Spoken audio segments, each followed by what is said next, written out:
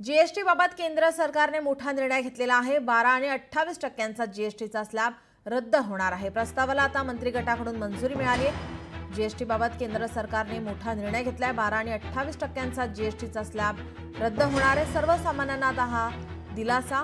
मोदींनी स्वातंत्र्य दिनी केलेली जीएसटीच्या सुधारणेबाबत घोषणा। 5 आणि 18% हे दोनच जीएसटी स्लॅब कायम राहणार आहे। जीवन आणि आरोग्य विम्यावरील जीएसटी पूर्णपणे माफ होणार आहे।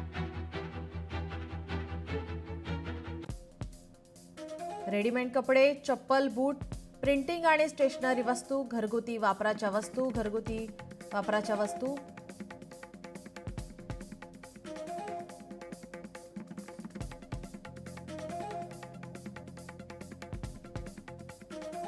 बारा टक्क्यांवरून 5% या वस्तू आता असतील।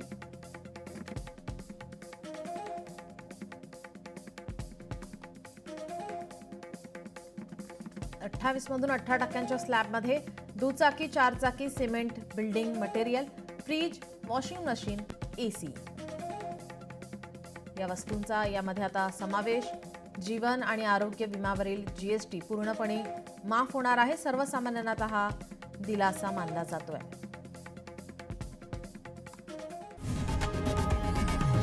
लोकशाही मराठी ऐका, पहा, जागरूक रहा।